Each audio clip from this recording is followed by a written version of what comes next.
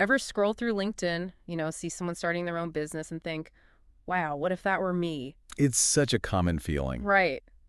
Today's deep dive is all about those moments, that whole job versus business tug of war so many of us feel. The eternal struggle. And get this, our source is an English learning podcast. Okay, now that's interesting. English learning. Yeah, two friends just casually chatting, and they stumble into this whole debate job versus business. So what are we diving into specifically? So we're dropped right into their conversation, and one of the friends, he just got back from London, left his cushy software engineer job. London.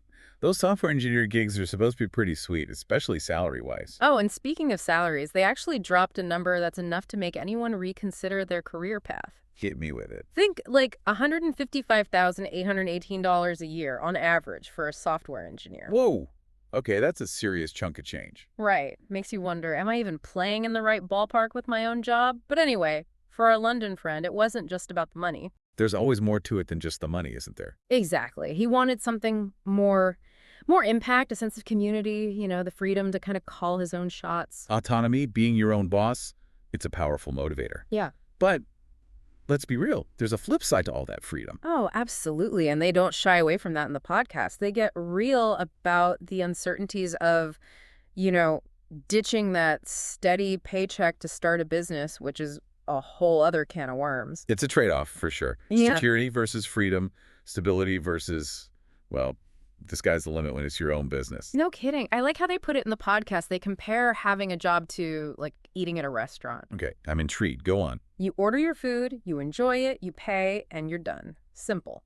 Running a business, that's a whole different ballgame. They said it's more like cooking for your entire family. Every single day. Every single day. I can already see where this is going. Mm-hmm. The planning, the pressure to please everyone. And not just please them, but make sure they come back for more. And we haven't even talked about the cleanup yet. It never really ends, does it?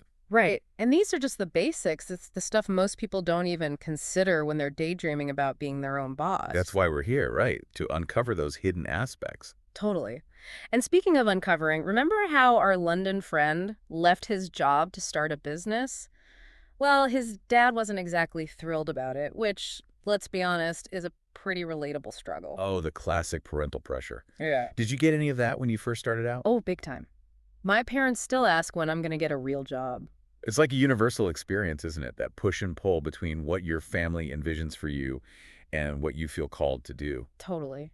But you know what I found interesting about their conversation? His family wasn't completely against it. They were more like concerned, which is understandable. It's a big leap, for sure. I think it's healthy that they were able to have that open dialogue, though. It's No. okay to have different visions as long as there's respect, right?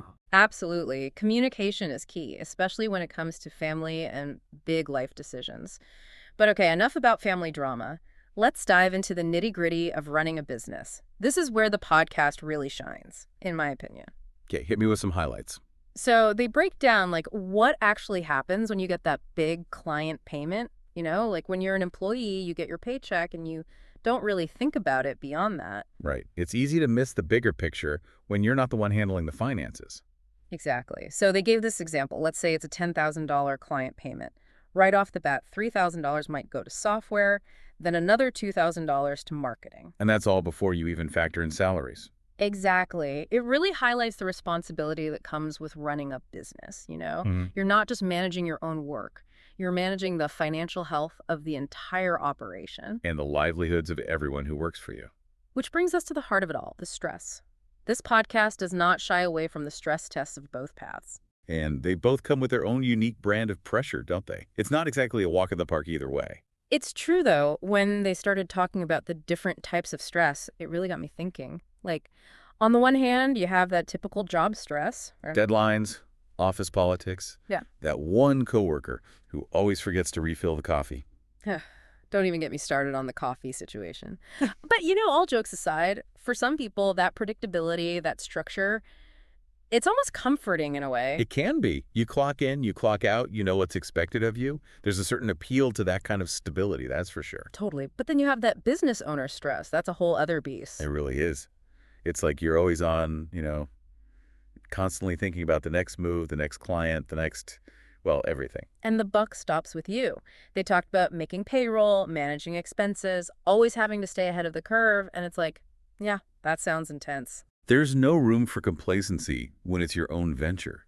You're responsible for not just yourself, but for everyone who's along for the ride. It makes you think twice about complaining about the office temperature. Yes, maybe just a little. Okay. So, listener, after diving deep into this job versus business dilemma, where do you find yourself leaning? Are you more drawn to the structure and security of a traditional job? Or are you ready to take the entrepreneurial plunge?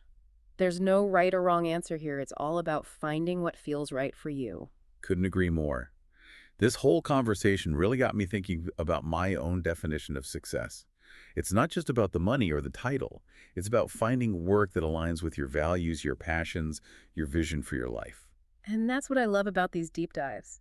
It's amazing how an English learning podcast, of all things, can spark such a profound conversation about work, life, and everything in between. It's those unexpected sources that often lead to the most insightful discussions. Totally.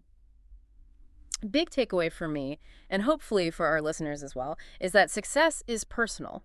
It's not one size fits all.